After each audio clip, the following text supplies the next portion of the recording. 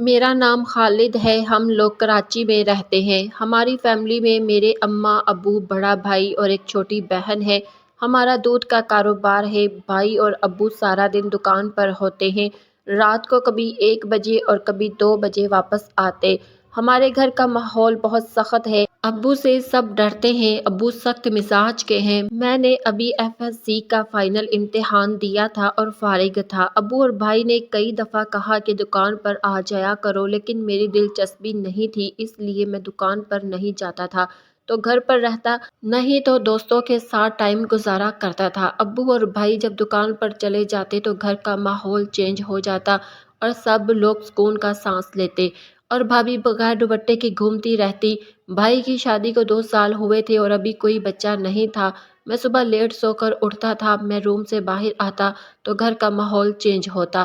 بہن اور بھابھی ٹی وی دیکھ رہی ہوتی، اماں کچن میں ہوتی، کبھی اماں کبھی بھابھی مجھے ناشتہ دیتی، میں ناشتہ کرتا اور دوستوں کی طرف چلا جاتا۔ لائف اسی طرح چل رہی تھی کہ اچانک اس لائف نے ایسا موڑ لیا کہ سب کچھ تبدیل ہو گیا۔ اب آپ کو بتاتا ہوں کہ یہ سب ہوا کیسے۔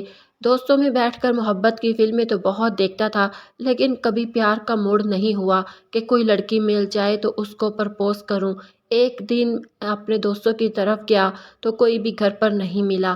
سب دوست کہیں کام سے نکلے ہوئے تھے، اس وجہ سے گھر واپس آنا پڑا۔ گھر میں داخل ہوا تو اماں اور بھابھی باہر صحن میں واشنگ مشین میں کپڑے دھو رہی تھی۔ بھابھی مجھے دیکھتے ہوئے بولی، خالد اچھا ہوا تم آ گئے، یہ کپڑے کی بالٹی لے کر اوپر چھت پر چلو، میں یہ کپڑے دھوپ میں ڈال دوں۔ میں نے کپڑوں سے بھری بالٹی اٹھائی اور اوپر لے کر چلا گیا۔ پیچھے بھابھی بھی اوپر آ گئی۔ کپڑے دھونے کی وجہ سے بھابھی کے کپڑے گیلے ہو رہے تھے۔ بھابھی نے مجھے کہا، خالد بالٹی میں سے کپڑے نکال کر مجھے دو، میں تار پر ڈالتی رہوں گی۔ میں بالٹی سے کپڑے نکال کر بھابھی کو دے رہا تھا۔ بھابھی میرے آگے کھڑی تھی اور تار پر کپڑے ڈال رہی تھی۔ یہ پہلی دفعہ ایسا تھا کہ میں کوئی گھر کا کام کر رہا تھا اور بھابھی اس طرح میرے قریب کھڑی تھی اور گیلے کپڑے تار پر ڈال رہی تھی۔ کپڑے نکالتے ہوئے میرے ہاتھ میں ایک لڑکیوں کے بلیک کلر کے کپڑے آ گئے۔ میں اس کو دیکھ ہی رہا تھا کہ بھابھی نے مجھے پیچھے مڑ کر دیکھا اور میرے ہاتھ سے وہ لیتے ہوئے بولی، بے شرم کیا دیکھ رہے ہو، لاؤ مجھے دو۔ بھابھی نے میرے ہاتھ سے کپڑے لے کر تار پر ڈال دیے اور بولی، کپڑے نکالو۔ میں نے بالٹی میں ہاتھ ڈالا اور کپڑے نکالے۔ بھابھی نے پیچھے مڑ کر مجھے دیکھا اور میرے ہاتھ سے کپڑے لیتے ہوئے بولی، خالد تم نیچے جاؤ اور کپڑے اماں سے لے کر آؤ۔ میں خالی بالٹی نیچے لے کر گیا تو اماں کپڑے دھو رہی تھی۔ مجھے دیکھ کر بولی، خالد اور بھی کپڑے لے کر جاؤ۔ میں اماں کے پاس کھڑا ہو گیا۔ اماں نے کپڑے نکال کر میری طرف دیکھا اور کہا، خالد۔ میں نے ایک دم کہا، جی اماں۔ تو اس نے کہا کہ یہ کپڑوں کی بالٹی اوپر لے کر جاؤ۔ میں نے بالٹی اٹھائی اور اوپر بھابھی کے پاس لے کر چلا گیا۔ بھابھی دیوار کی طرف منہ کر کے باہر کی طرف دیکھ رہی تھی۔ ہمارے گھر کے پیچھے ایک گراؤنڈ تھا اور بھابھی اسی طرف دیکھ رہی تھی۔ بھابھی باہر دیکھنے میں اتنی مگن تھی کہ ان کو میرے آنے کا پتہ ہی نہیں چلا۔ میں نے کپڑوں کی بالٹی رکھی اور بھابھی کے پیچھے سے باہر کی طرف دیکھنے لگا کہ بھابھی کیا دیکھ رہی ہے۔ میں بھابھی کے پیچھے کھڑا ہو کر باہر دیکھنے لگا تو دیکھا تو نیچے گراؤنڈ میں ایک گدھا کھڑا تھا اور بھابھی گدھے کو دیکھ رہی تھی۔ میں بھی یہ سین دیکھنے لگا تو بھابھی کو لگا کہ میں آ گیا ہوں اور پیچھے مڑتے ہی مجھے دیکھتے ہوئے بولی، او کیا کر رہے ہو، کچھ شرم ہے تمہیں؟ میں نے کہا، سوری بھابھی، وہ باہر جو آپ دیکھ رہی تھی اس کو دیکھ رہا تھا۔ میں بھی کہ بھابھی کیا دیکھ رہی ہے؟ بھابھی بولی کہ لیکن آئندہ ایسی حرکت نہیں کرنا ورنہ تمہارے بھائی اور ابو کو بتا دوں گی۔ میں نے کہا، بھابھی سوری، آئندہ نہیں ہوگا، معاف کر دیں۔ بھابھی بالٹی سے کپڑے نکال کر تار پر ڈالنے لگی اور کپڑے ڈال کر نیچے چلی گئی۔ میں نے شکر ادا کیا کہ بات زیادہ گڑبڑ نہیں ہوئی، کیونکہ اس ٹائم بھابھی بھی یہ سین دیکھ رہی تھی۔ اس وجہ سے بھابھی نے زیادہ کچھ نہیں کہا۔ میں نیچے جانے لگا تو خیال آیا کہ بھابھی جو ابھی کپڑے ڈال کر گئی ہے ان کو دیکھا جائے۔ میں اوپر اکیلا تھا، بھابھی نیچے چلی گئی تھی اور میں کپڑوں کو الٹ پلٹ کر دیکھ ہی رہا تھا کہ بھابھی اوپر آ گئی اور مجھے اس کے کپڑے دیکھتے ہوئے بولی، خالد یہ کیا کر رہے ہو؟ بھابھی کی آواز سنتے ہی میں نے اسے تار پر ڈال دیا اور نیچے چلا گیا۔ آج کا دن ہی عجیب تھا، کچھ سمجھ نہیں آ رہا تھا کہ کیا ہو رہا ہے۔ نیچے آ کر میں گھر سے باہر چلا گیا اور آوارہ گردی کر رہا تھا۔ اسی دوران بھائی کی کال آئی کہ کہاں ہو؟ میں نے کہا باہر ہوں۔ بھائی نے کہا کہ دکان پر آ جاؤ، ایک کام ہے۔ میں دکان پر چلا گیا تو بھائی نے مجھے بتایا کہ تمہاری بھابھی کے ابو کی طبیعت خراب ہے تو تم بھابھی کو لے کر ساہیوال چلے جاؤ۔ بھابھی کا تعلق ساہیوال سے تھا۔ بھائی نے مجھے پیسے دیے کہ تیز گاہ میں 2 سیٹیں کل کی بک کروا لو اور بھابھی کو چھوڑ کر واپس آ جانا۔ میں جانے لگا تو بھائی نے اور پیسے دیے اور بولے ایسا کرو کہ اے سی سلیپر میں بکنگ کروا لینا، گرمی کا موسم ہے۔ میں نے کہا ٹھیک ہے اور پیسے لے کر اسٹیشن بکنگ کے لیے چلا گیا۔ وہاں جا کر 2 برتھ والا کیبن اے سی کا بک کروا کر بھائی کو کال کی کہ کل کی بکنگ ہو گئی ہے۔ بھائی بولے تم گھر جا کر بھابھی کو بتا دو تاکہ وہ کل کی تیاری کرے۔ میں اسٹیشن سے گھر گیا تو گھر میں سناٹا تھا۔ چھوٹی بہن ٹی وی دیکھ رہی تھی، اماں اور بھابھی نظر نہیں آ رہی تھی۔ میں نے چھوٹی بہن جس کا نام کرن ہے اس سے پوچھا کرن اماں اور بھابھی کہاں ہے؟ کرن بولی بھائی اماں اور بھابھی بازار گئی ہیں، آپ نے بھابھی کی بکنگ کروا لی؟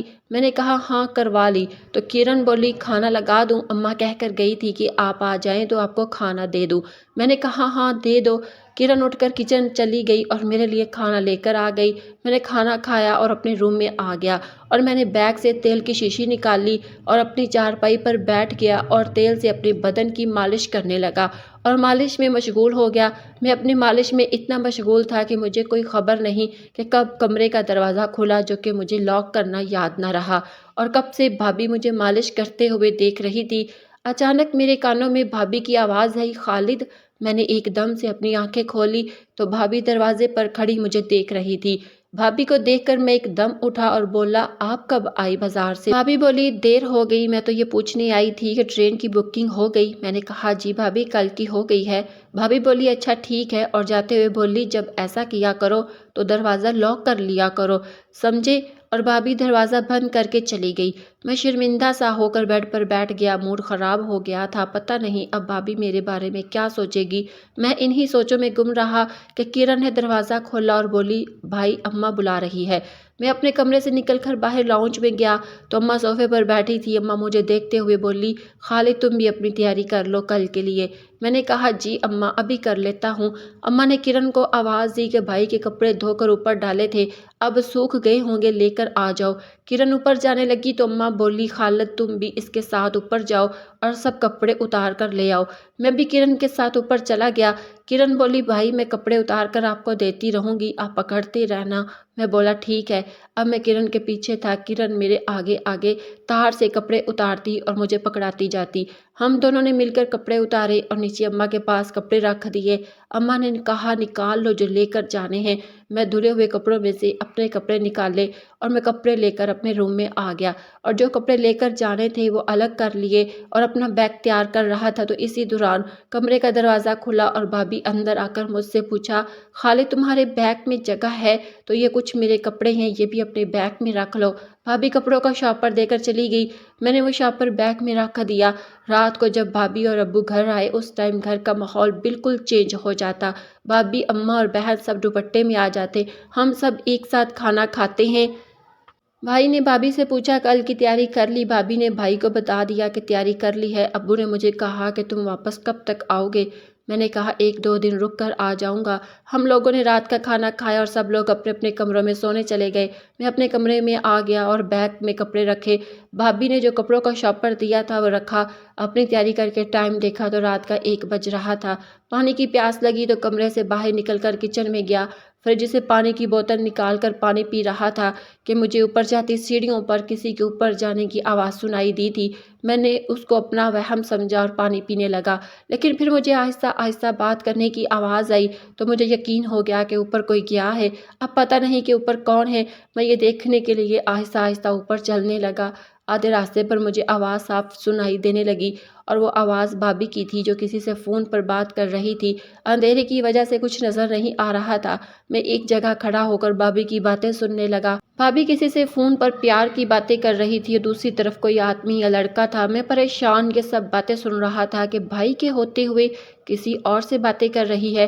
میں ان کی باتیں سن رہا تھا کہ اچانک بھابھی کی آواز آئی، وہ کسی کو کہہ رہی تھی کہ میرا کام ہو گیا ہے اور اب وہ نیچے جا رہی ہے۔ یہ سنتے ہی میں نیچے کچن میں آ گیا اور فریج سے پانی نکال کر پینے لگا۔ بھابی نے جب نیچے کچن میں مجھے دیکھا تو ایک دم چونک گئی اور مجھے دیکھتے ہوئے بولی، تم کیا کر رہے ہو؟ میں نے کہا بھابی پانی پینے آیا تھا۔ میں نے بھابی سے پوچھا، بھابی آپ اس ٹائم اوپر کیا کرنے گئی تھی؟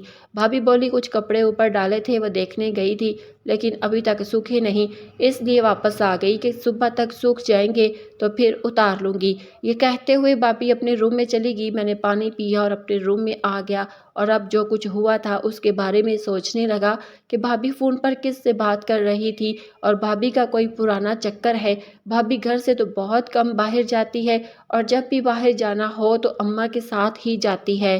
بھابی کا چکر پتہ نہیں کب سے ہے۔ یہ سوچتے سوچتے میری آنکھ لگ گئی اور صبح اماں نے مجھے اٹھایا کہ 11 بج گئے ہیں، اٹھو ناشتہ کرو اور آج تم نے جانا بھی ہے بھابی کو لے کر۔ یہ سنتے ہی میں اٹھ گیا اور واش روم میں جا کر فریش ہوا۔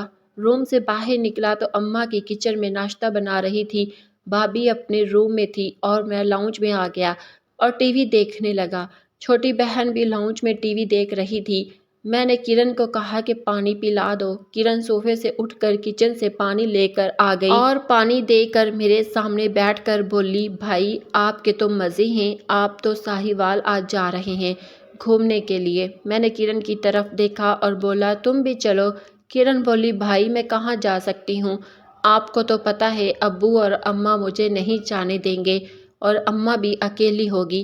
میں نے کرن کو کہا کہ ابو سے میں پوچھ لیتا، لیکن اب تو بکنگ ہو گئی ہے، کل مجھے کہتی۔ کرن نے کہا، چلے کوئی بات نہیں، پھر کبھی سہی، لیکن آج میرا ایک کام کریں۔ میں نے کہا، ہاں بولو کیا کام ہے؟ کرن اپنا موبائل مجھے دیتے ہوئے کہا، بھائی یہ ہینگ ہو جاتا ہے، کوئی فنکشن کام نہیں کر رہا۔ میں موبائل دیکھنے لگا، اتنے میں اماں ناشتہ لے کر آ گئی۔ اماں ناشتہ ٹیبل پر رکھ کر سامنے بیٹھ گئی۔ میں نے کرن سے کہا کہ ابھی مارکیٹ جا کر تمہارا موبائل ٹھیک کروا دوں گا اور میں ناشتہ کرنے لگا۔ میں نے ناشتہ ختم کیا تو بھابی کی آواز آئی کہ خالد ادھر آنا۔ میں بھابی کے روم میں گیا تو بھابی بولی، خالد ذرا یہ بیگ تو بند کر دو، اس کی زپ بند نہیں ہو رہی۔ میں نے بھابی سے کہا، اب دونوں طرف سے بیگ کو دباؤ، میں زپ بند کرتا ہوں۔ بھابی نے جھک کر بیگ کو دونوں طرف سے دبایا اور میں بھابی کے سامنے بیٹھ کر زپ بند کرنے لگا۔ میں زپ آہستہ آہستہ بند کر رہا تھا۔ بھابی میری طرف دیکھتے ہوئے بولی، خالد جلدی کرو۔ میں نے کہا، بھابی اور زور سے دباؤ۔ بھابی نے جھک کر اور زور لگایا۔ بھابی مجھے دیکھتے ہوئے بولی، اور جلدی کرو بدمعاش، میں تھک گئی ہوں۔ میں نے اس کو دیکھتے ہوئے کہا، بھابی بہت ٹائٹ ہے۔ بھابی نے کہا، کیا ٹائٹ ہے؟ میں نے ایک دم سے بات بدلی اور کہا، بھابی یہ بیگ کی زپ بہت ٹائٹ ہے، مشکل سے بند ہو رہی ہے۔ بھابی بولی، تم تو جوان ہو تو زور لگاؤ۔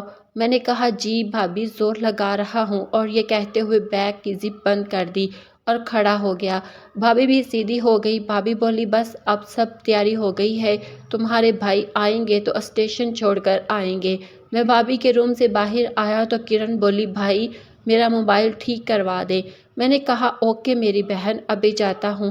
کرن نے کہا، بھائی اس میں میموری کارڈ بھی ڈلوا دے۔ میں نے کہا، تم ایسا کرو، دوسرا موبائل کیوں نہیں لے لیتی؟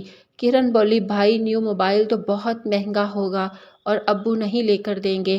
میں نے اس کو موبائل واپس کرتے ہوئے کہا، یہ رکھو، اور میں ابو سے پیسے لے کر اپنی بہن کے لیے نیو موبائل لے کر آتا ہوں۔ میں نے بائک نکال لی اور دکان پر چلا گیا۔ ابو اور بھائی کام میں بزی تھے۔ ابو نے مجھے دیکھا تو پوچھا، خیریت سے، کیسے آنا ہوا؟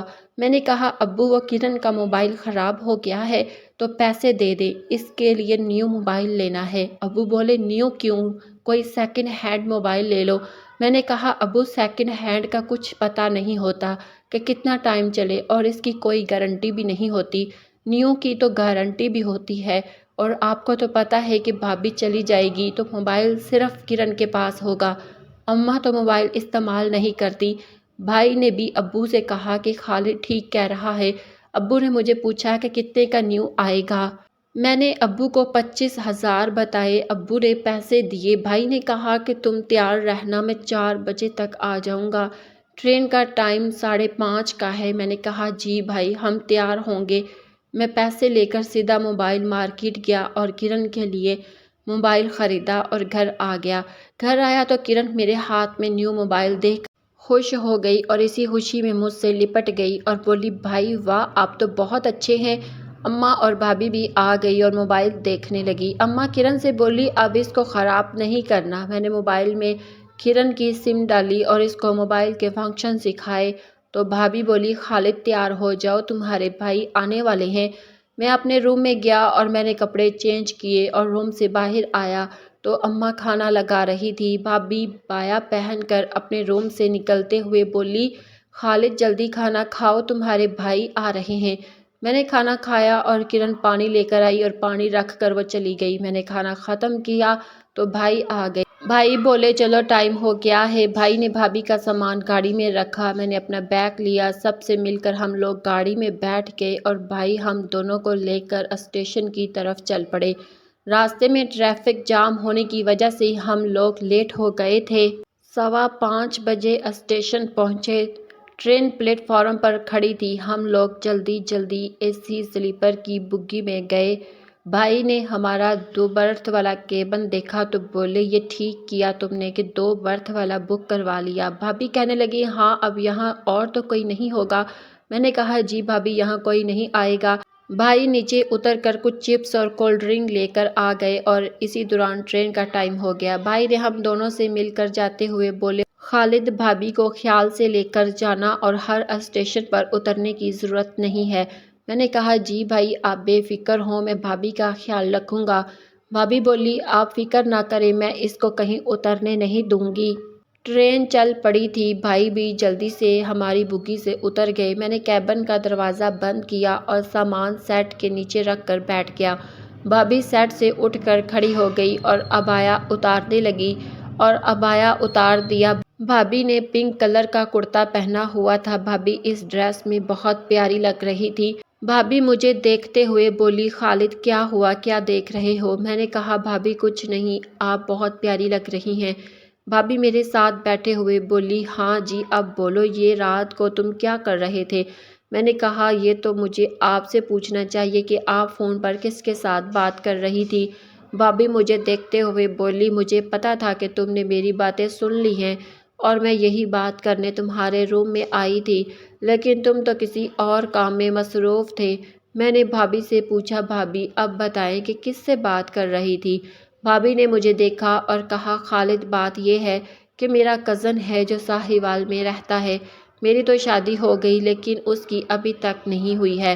شادی سے پہلے ہم دونوں آپس میں پیار کی باتیں کیا کرتے تھے لیکن میری شادی کے بعد اس نے مجھ سے وعدہ کیا تھا کہ جب اس کو طلب ہوگی تو میرے ساتھ فون پر بات کیا کرے گا اور کل اس نے مجھے کہا کہ اس کے ساتھ فون پر بات کرو۔ اس کو منع بھی کیا لیکن اس کو طلب زیادہ تھی اس لیے میں اوپر اس سے فون پر بات کر رہی تھی۔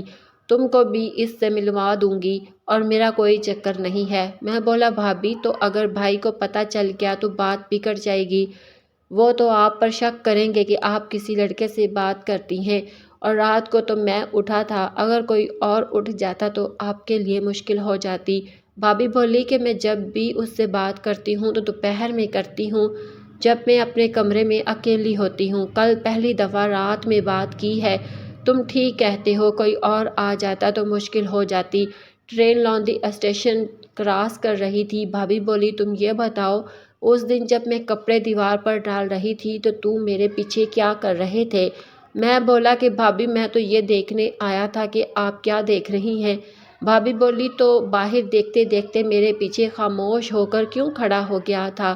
مجھے اندازہ ہوا کہ اب بھابھی بھی موڈ میں آ رہی ہے تو میں نے بھی تھوڑا کھلنے کا فیصلہ کیا اور بولا بھابھی سین ہی ایسا تھا کہ دیکھ کر مدہوش ہو گیا۔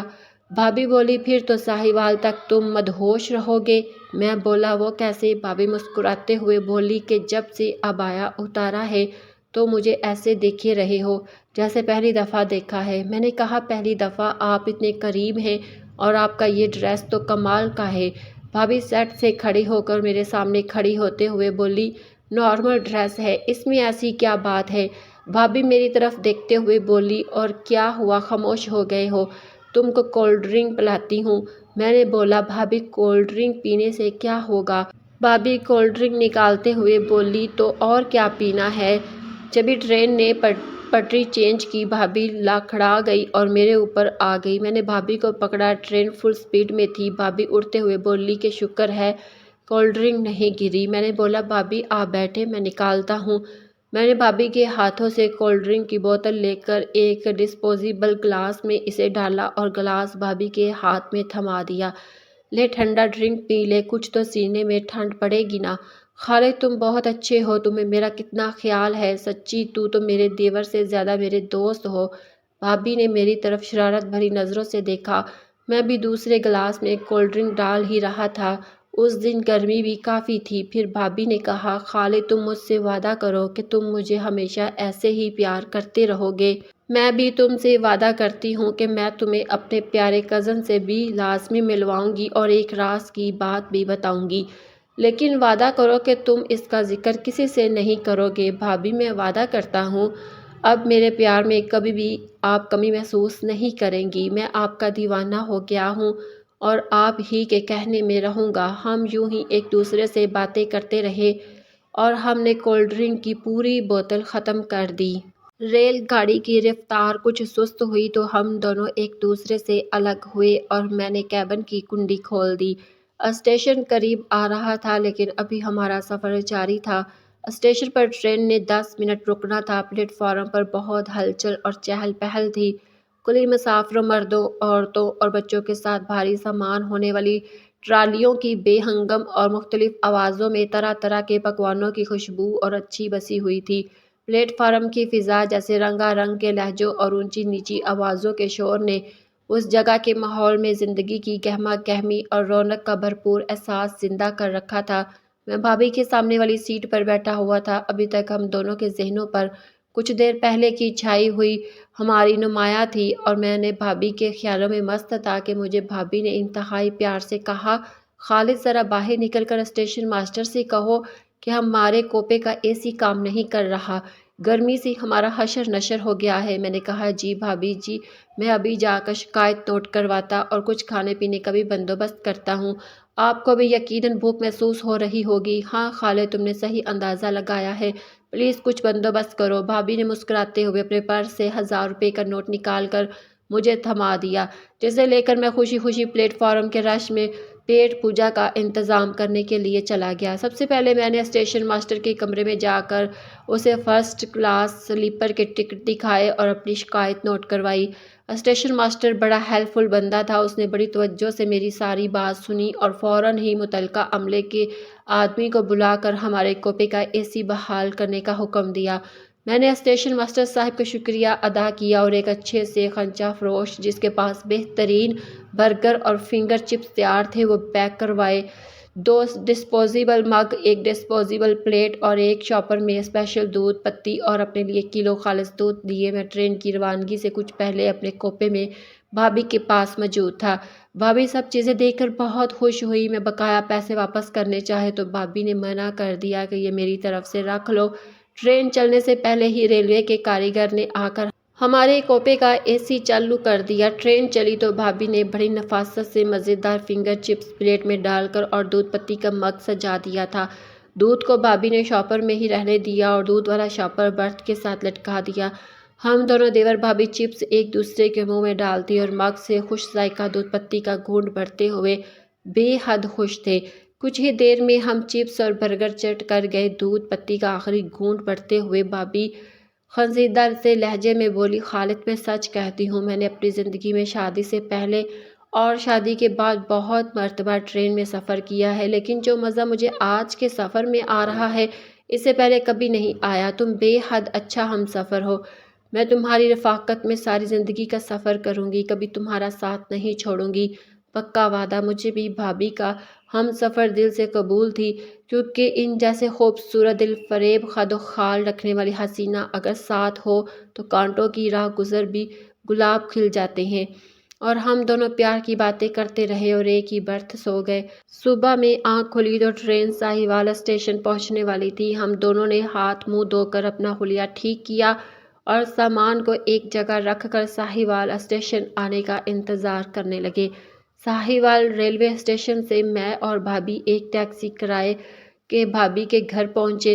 راستے میں بھابھی نے فون کر کے اپنی اماں کو بخیریت اپنے ساہیوال پہنچنے کی خبر کر دی تھی۔ بھابھی اپنے والد کی اکلوتی اولاد تھی، نئے ماں سے کوئی اولاد نہیں ہوئی تھی، اس لیے سب یہی سمجھتے تھے کہ بھابھی ہی اماں کی سکی بیٹی ہے، اور بھابھی کی ماں کو بھی بھابھی سے بے حد پیار تھا۔ بھابھی لوگ ساہیوال کے ایک مضافاتی قصبہ کی حویلی میں رہائش پذیر تھے۔ بھابھی کے گھر والے اچھے کھاتے پیتے لوگ تھے۔ ان کے گھر میں دودھ کے لیے 12 مہینے ایک بھینس اور ایک گائے کولے پر بندھی رہا کرتی تھی۔ جانوروں کی دیکھ بھال کے لیے بھابھی کے والد نے ایک بڑی عمر کے شخص کو حویلی کے بڑے سے صحن میں ایک پکا مکان دے رکھا تھا، جس میں وہ ملازم اپنی بیوی اور جوان لڑکی کے ساتھ رہا کرتا تھا۔